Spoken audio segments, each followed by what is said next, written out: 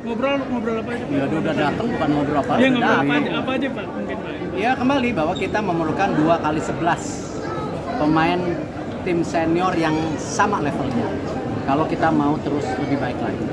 Mungkin. Karena ya kompetisi akan makin tinggi, pertandingan akan makin berat. Artinya proses naturalisasi ini masih akan terus berlanjut, Bang Arya? Nah ini saya jelasin dulu, serius nih. Kita butuh 150 pemain timnas. Bukan naturalisasi ya, 150 pemain timnas. Dari usia 15 sampai usia senior. Dan dalam hal ini, memang Federasi Sepak Bola Indonesia atau PSSI tengah bekerja keras untuk bisa membuat timnas Indonesia semakin solid. Caranya seperti apa? Yaitu menambah pemain-pemain yang berkualitas. Memang ada pro dan kontra.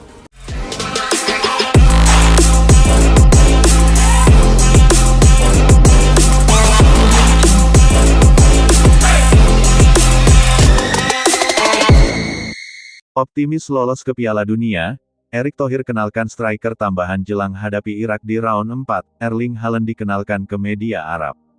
Langit Jeddah pagi itu tampak cerah. Matahari gurun memantulkan sinarnya ke permukaan Stadion King Abdullah Sports City, tempat ribuan mata dunia akan tertuju dalam beberapa hari ke depan.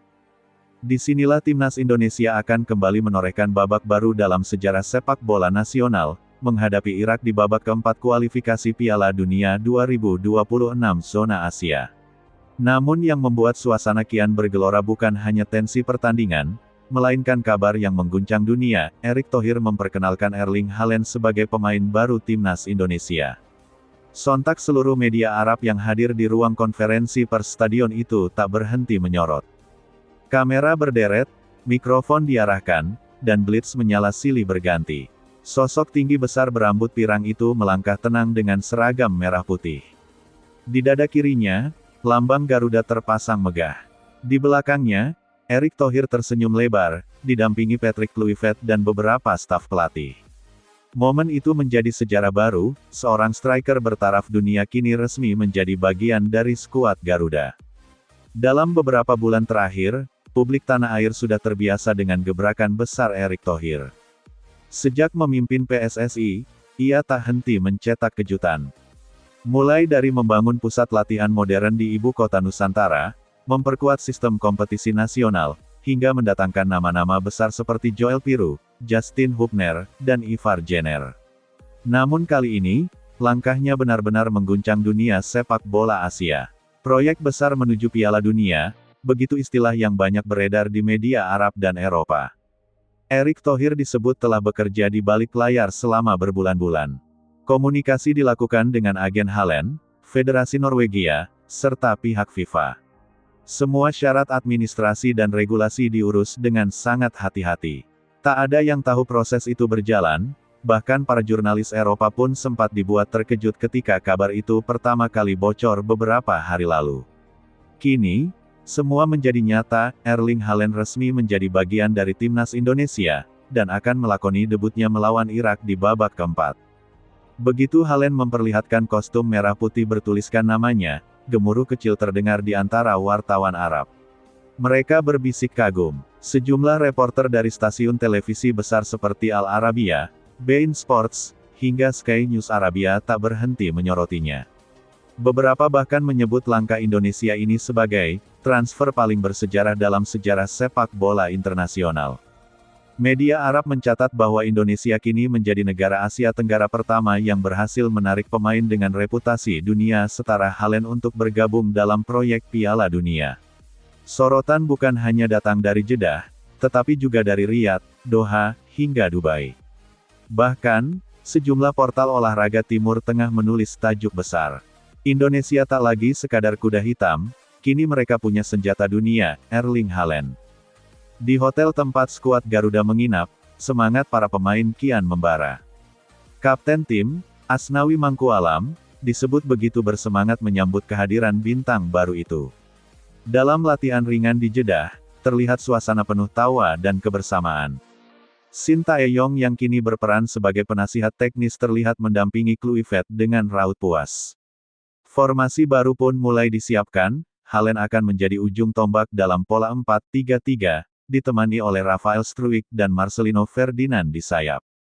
Patrick Kluivert, yang dikenal sebagai salah satu striker legendaris Eropa, tampak sering memberi arahan langsung kepada Haaland dan para pemain muda Indonesia. Ia menyebutkan bahwa Indonesia kini memiliki keseimbangan yang belum pernah ada sebelumnya, kombinasi teknik cepat khas Asia dengan kekuatan fisik Eropa. Tim ini sudah siap bersaing, ujarnya dalam sesi tertutup dengan staf pelatih. Para pemain muda seperti Ole Romeni dan JIZ tampak semakin percaya diri. Mereka tahu, kehadiran sosok seperti Haaland bukan hanya menambah kekuatan di lini depan, tapi juga menulari mental juara. Dalam latihan, Haaland terlihat aktif memberi semangat, bahkan ikut memimpin yel-yel sebelum latihan dimulai. "Ayo Garuda, kita bisa!" teriaknya dengan aksen khas Skandinavia yang membuat rekan setimnya tersenyum lebar. Berita ini tentu saja tidak hanya mengguncang Asia. Dari Inggris hingga Norwegia, headline berita utama membahas keputusan mengejutkan sang bomber Manchester City itu. Namun di sisi lain, banyak pula yang mengapresiasi langkah ini. Mereka menyebut Haaland sebagai pemain yang berani mengambil jalan berbeda, bukan karena materi, tapi karena ingin meninggalkan warisan besar di dunia sepak bola. Di Indonesia sendiri, euforia meledak. Media sosial mendadak penuh dengan tagar-tagar Garuda with Haaland dan tanda pagar Road to World Cup 2026. Ribuan supporter di berbagai kota menggelar nonton bareng perkenalan Haaland yang disiarkan langsung oleh televisi nasional. Di Bundaran HI, ribuan orang membawa bendera merah putih sambil meneriakkan nama Haaland dan Indonesia. Di Surabaya dan Medan, mural bergambar Haaland dengan seragam Garuda mulai bermunculan di dinding kota. Fenomena ini bukan hanya soal sepak bola, tapi tentang semangat nasionalisme yang kembali membara. Irak tak lagi menjadi favorit. Sementara itu, di kubu lawan, suasana sedikit berbeda. Timnas Irak yang dikenal memiliki fisik tangguh kini harus memutar strategi. Mereka tahu bahwa menghadapi Indonesia bukan lagi perkara mudah. Dengan Haaland di lini depan, ancaman terhadap pertahanan mereka menjadi sangat nyata. Pelatih Irak bahkan dikabarkan meminta staf analisisnya untuk mempelajari ulang gaya permainan Kluivert dan pola adaptasi Haaland bersama pemain Indonesia. Media Irak pun sempat menuliskan nada waspada. Salah satu portal terkenal di Baghdad menulis, "Indonesia kini bukan lawan biasa, mereka datang dengan kekuatan dunia." Sementara itu, beberapa pengamat menyebut pertandingan ini akan menjadi ujian sejati apakah proyek besar naturalisasi Indonesia benar-benar bisa membawa hasil nyata di lapangan. Erick Thohir, "Kita tidak hanya bermimpi, kita mewujudkan." Dalam pidato perkenalan di depan media Arab, Erick Thohir menyampaikan pesan yang menggugah.